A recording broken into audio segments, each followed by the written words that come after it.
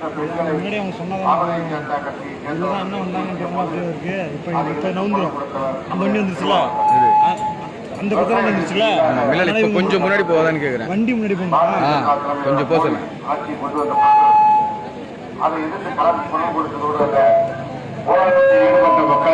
உதயகுமார்னா கொஞ்சம் முன்னாடி ஒருத்தங்க வண்டியா இந்த வண்டி கொஞ்சம் முன்னாடி போகுது. திருமாவளவன் அவர்கள் இப்படி எங்கெல்லாம் மக்கள் பாதிக்கப்படுகிறார்களோ அவர்களுக்கெல்லாம் குரல் கொடுக்கின்றவர் நம்முடைய மண்ணின் மைந்தர், நம்முடைய நாடாளுமன்ற உறுப்பினராக பணியாற்றிய நம்முடைய அண்ணன் திருமாவளவன். எனவே அவருடைய பணி தொடர்வதற்குத்தான், தமிழ்நாட்டுடைய குரலாக அங்கே அவர் ஒழிப்பதற்குத்தான் கழக தலைவர் தளபதி மு.க. ஸ்டாலின் அவர்கள் இந்த கூட்டணியின் சார்பாக அவர் வெற்றி பெற வேண்டும் என்று தன்னுடைய எனவே அவருடைய வெற்றியை உறுதி செய்கின்ற விதமாகத்தான் நீங்கள் எல்லாம் இங்கே கூடியிருக்கிறீர்கள். வந்திருக்கின்ற நீங்கள் தான் இன்னும் எஞ்சியிருக்கின்ற 10 நாட்களுக்கு இந்த தொகுதியில் போட்டியிடுகின்ற வேட்பாளர்கள். நீங்கள் ஒவ்வொருவரும் தான் பானை சின்னத்திலே போட்டியிடுகின்ற வேட்பாளர்கள் என்ற எண்ணத்தோடு நம்முடைய உற்றார் உறவினரிடத்திலே, பக்கத்து வீட்டுக்காரரிடத்திலே, நம்முடைய கிராமத்தை சேர்ந்தவரிடத்திலே வாக்கு சேகரிக்க வேண்டும். அவர்களுடைய வாக்குகளை பெற்றுத்தர வேண்டும். 3 லட்சம் வாக்கு வித்தியாசத்தில் அண்ணன் அவர்கள் வெற்றி பெற வேண்டும் என்று நம்முடைய மாநில இளைஞரணி செயலாளர் மரியாதைக்குரிய உதயநிதி ஸ்டாலின் அவர்கள் திராவிட முன்னேற்ற கழகத்தின் அந்த உத்தரவை களப்பணியாற்றுவோம் என்ற நேரத்தில் உங்களை எல்லாம் கேட்டு இப்பொழுது நம்முடைய வேட்பாளர் நம்முடைய அன்பிற்குரிய அண்ணன் எழுச்சி தமிழர் அண்ணன் திருமா அவர்கள் உங்களிடத்திலே வாக்கு கேட்டு உரையாற்றுவார்கள்.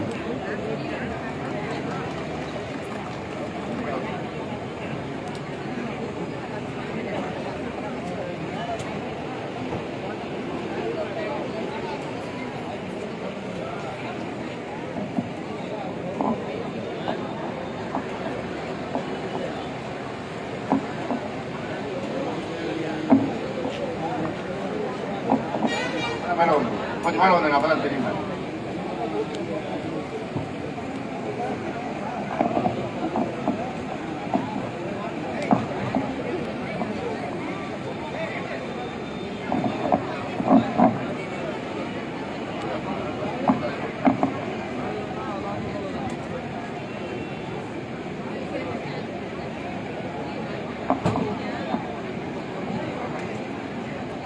அன்பார்ந்த பல்வேறு ஊராட்சிகளில் இருந்து வருகை இருந்திருக்கிற, குறிப்பாக கொலக்கானத்தம், சிறுகன்பூர், தெற்கு மாதவி, நத்தக்காடு, சாத்தனூர் குடிக்காடு, ஐடாபுரம், அலைப்பாடி, இழுப்பக்குடி, கோடலூர் ஆகிய ஊராட்சிகளில் இருந்து இங்கே வருகை தந்திருக்கிற வாக்காளர் பொதுமக்களே, இந்த ஊராட்சிகளை சார்ந்த திராவிட முன்னேற்ற கழகத்தின் கிளைக்கழக பொறுப்பாளர்களே, நம்மிடையே இப்போது வாக்கு சேகரித்து உங்களிடையே உரையாற்றி சிறப்பித்திருக்கிற மாண்புமிகு அமைச்சர் அண்ணன் சிவசங்கர் அவர்களே, திராவிட முன்னேற்ற கழகத்தின் பெரம்பலூர் மாவட்ட கழக செயலாளர் அன்பு சகோதரர் ஜெகதீசன் அவர்களே, ஒன்றிய கழக செயலாளர், கழகத்தின் மூத்த முன்னோடி பெருமதிப்பிற்குரிய அண்ணன் ஆலத்தூர் கிருஷ்ணமூர்த்தி அவர்களே, கொலக்கானத்தம் ஊராட்சி மன்ற தலைவர் அன்பு சகோதரர் ராகவன் அவர்களே, துணைத் தலைவர் காமராஜ் அவர்களே, காங்கிரஸ் பேரியக்கத்தினுடைய மாவட்ட தலைவர் சுரேஷ் அவர்களே, மார்க்சிஸ்ட் கம்யூனிஸ்ட் கட்சியின் மாவட்ட செயலாளர் ரமேஷ் அவர்களே, விவசாய அணியை சார்ந்த செல்லதுரை அவர்களே, இந்திய கம்யூனிஸ்ட் கட்சியின் மாவட்ட செயலாளர் ஜெயராமன் அவர்களே, மதிமுகவினுடைய மாவட்ட செயலாளர் ஜெயசீலன் அவர்களே, தமிழக வாழ்வுரிமை கட்சியின் மாவட்ட செயலாளர் ரவி அவர்களே, இந்திய தொழிலாளர் மக்கள் கட்சியின் மாநில தலைவர் ஈஸ்வரன் அவர்களே, மக்கள் மாநில தலைவர் வழக்குரைஞர் மனோகரன் அவர்களே,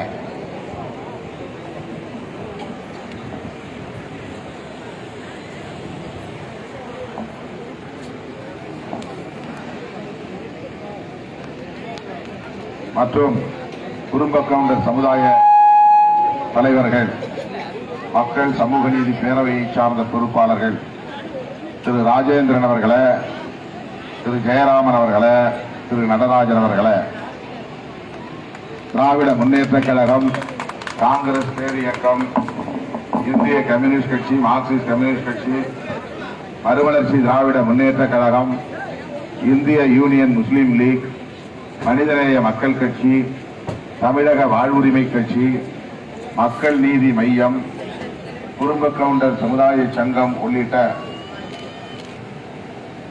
ஒன்றிய நகர பேரூர் கிளை நிர்வாகிகளே, வாக்காளர் பொதுமக்களே, உங்கள் அனைவருக்கும் என்னுடைய பணிவார்ந்த வணக்கத்தை தெரிவித்துக் கொள்கிறேன்.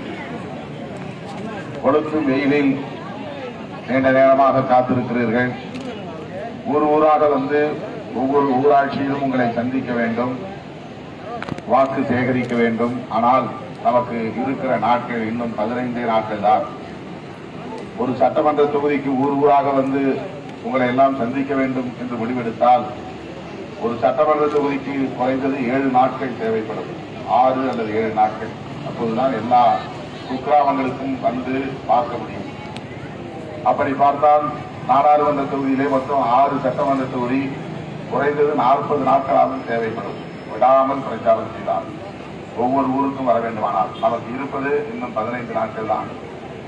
15 நாட்களில் 6 சட்டமன்ற தொகுதிகளையும் சுற்றி வர வேண்டும். முடிந்த வரையில் மக்களை சந்திக்க வேண்டும். ஆகவேதான் நம்முடைய பெரியவர் அண்ணன் ஆலத்தூர் கிருஷ்ணமூர்த்தி அவர்கள் 10 ஊராட்சிகளை ஒரு இடத்திலே சந்திப்பது என்கிற இப்போது நாம் ஒரே இடத்தில் கூடியிருக்கிறோம். ஊர் ஊராக வர இயலாமைக்கு வருந்துகிறேன். இந்த தேர்தல் வழக்கமான தேர்தல் அல்ல. இவ்வளவு காலம் நாம் சந்தித்த தேர்தலுக்கும் இந்த தேர்தலுக்கும் மிகப்பெரிய வேறுபாடு இருக்கிறது. இது மக்கள் நடத்துகிற ஒரு தர்ம யுத்தம். அகில இந்திய அளவிலே பாரதிய ஜனதா அரசை 10 ஆண்டு காலம் நடந்த இந்த ஆட்சியை தூக்கி எறிய வேண்டும் என்று மக்கள் முடிவெடுத்திருக்கிறார்கள். அதற்கு பல்வேறு காரணங்கள் உள்ளன. முதலாவதாக விலைவாசி உயர்வை இந்த அரசு கட்டுப்படுத்தவில்லை. பெட்ரோல், டீசல், சமையல் எரிவாயு, நாம் அன்றாடம் பயன்படுத்துகிற பொருள்கள், அரிசி, பருப்பு, மண்ணெண்ணெய், கடலெண்ணெய் போன்றவற்றை எல்லாம் இன்றைக்கு எந்த அளவுக்கு விலை உயர்ந்திருக்கிறது என்பதை நாம் அறிவோம். இதை கட்டுப்படுத்துவதற்கு ஏன் முடியவில்லை என்றால், மானாவரியாக ஜிஎஸ்டி என்கிற பெயரால் வரி விதிப்பு செய்திருக்கிறது இந்த அரசு. 18% அதிகபட்சம் வரி. சாதாரண மக்கள் பயன்படுத்தக்கூடிய பொருட்களுக்குத்தான் இவ்வளவு கடுமையான வரியை வசூலித்து டெல்லிக்கு நாம் தர வேண்டும். அதில் மாநில அரசுக்கு ஒரு பகுதியை அவர்கள் பிரித்து தருவார்கள். ஆனால் அதை கூட தமிழ்நாடு அரசுக்கு மோடி அரசு தரவே இல்லை. நாம் பயன்படுத்துகிற ஒவ்வொரு பொருளுக்கும் நாம் வரி கட்டுகிறோம்.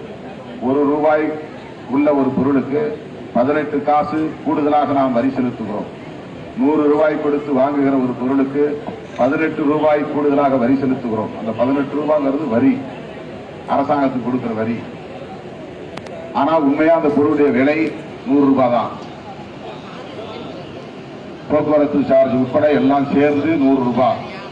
அது காய்கறியா இருந்தாலும், நம்முடைய குழந்தைகள் பயன்படுத்துகிற பால்பாயின் பேனாவாக இருந்தாலும். ஒரே ஒரு சின்ன உதாரணம், வைர நகைகளுக்கு அரசாங்கத்துக்கு நாம் செலுத்துகிற வரி வெறும் 3% தான். வைர நகை யாரு போடுவாங்க? தங்க நகை போடுறதை நம்மளால முடியல. 1 கிராம் தங்கம் 5000 சில்லர் ரூபாய்.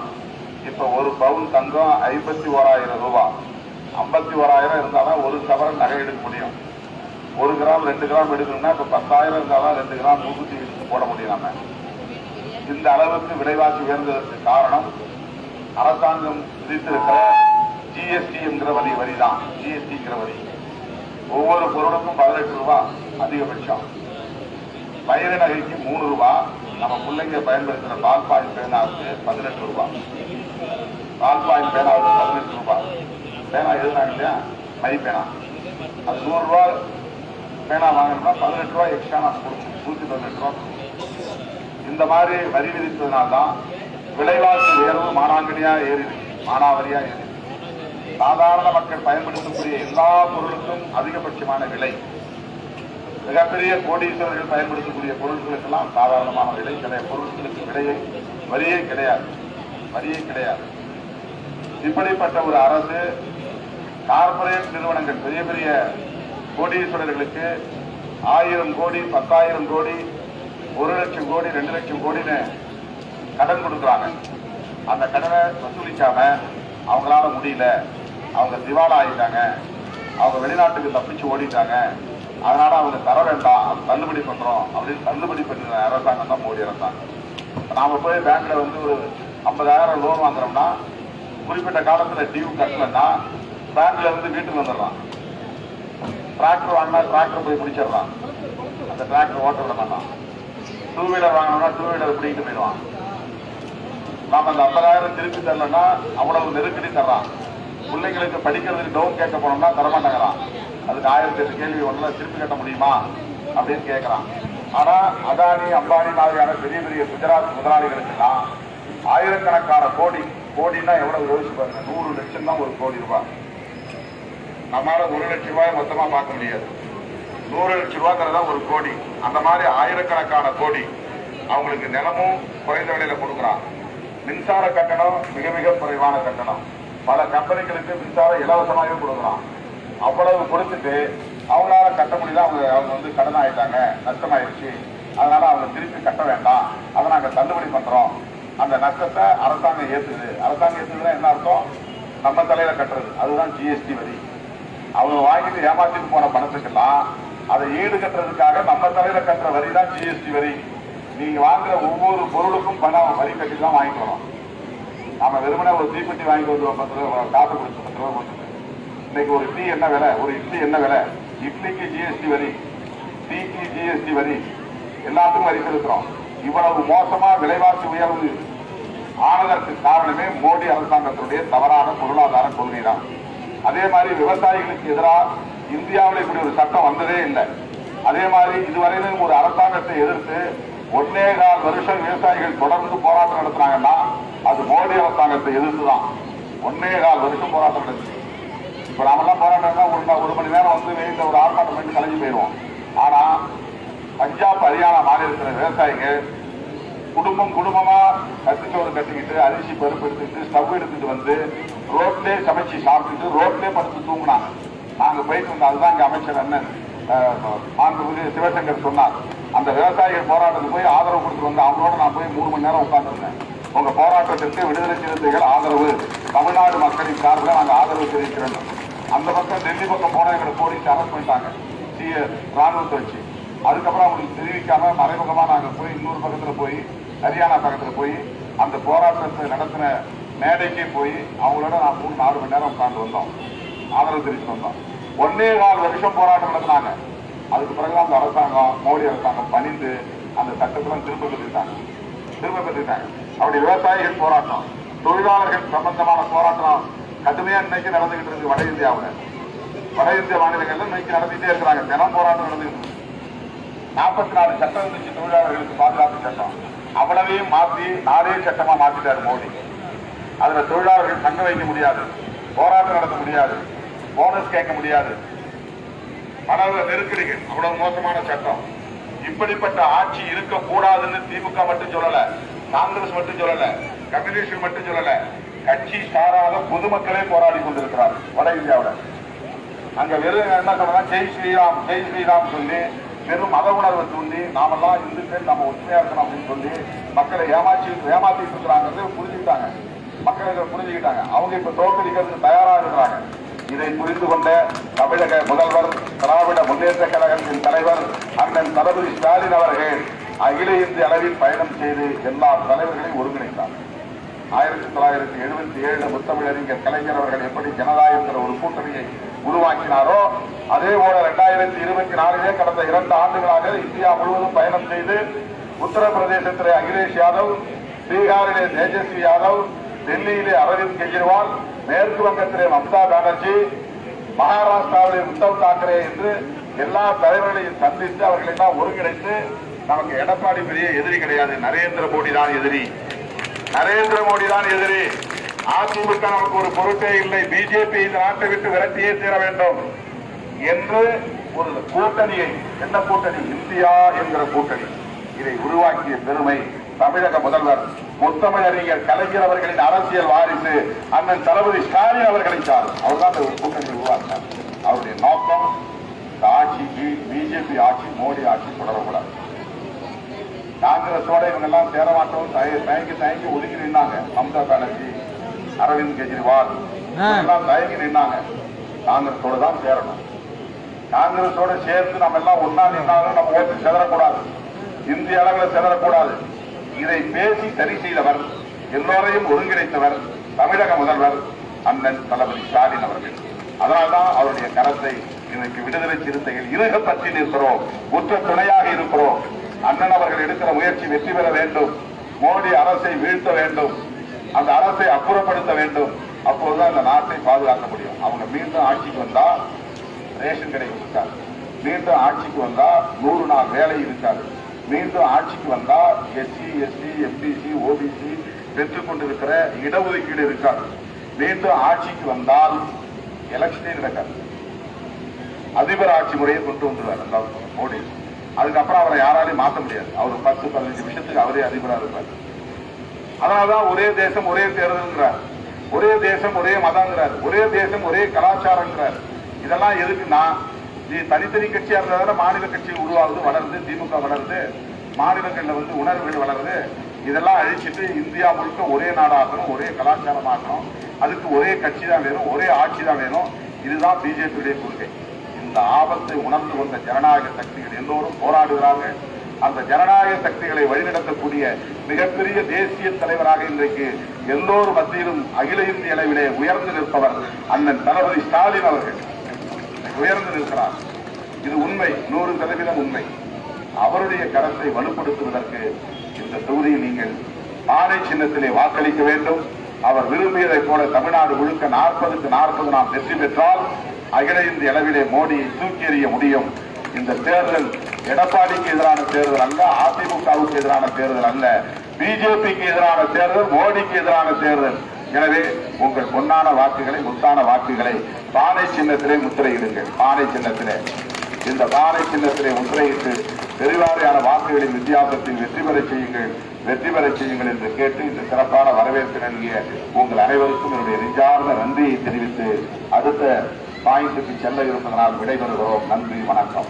நமது சின்னம், வெற்றியின் சின்னம், அண்ணன் தளபதியின் ஆதரவு பெற்ற சின்னம், ராகுல் காந்தியின் ஆதரவு பெற்ற சின்னம், கம்யூனிஸ்ட் கட்சிகளின் ஆதரவு பெற்ற சின்னம், அதிமுகவின் ஆதரவு பெற்ற சின்னம்.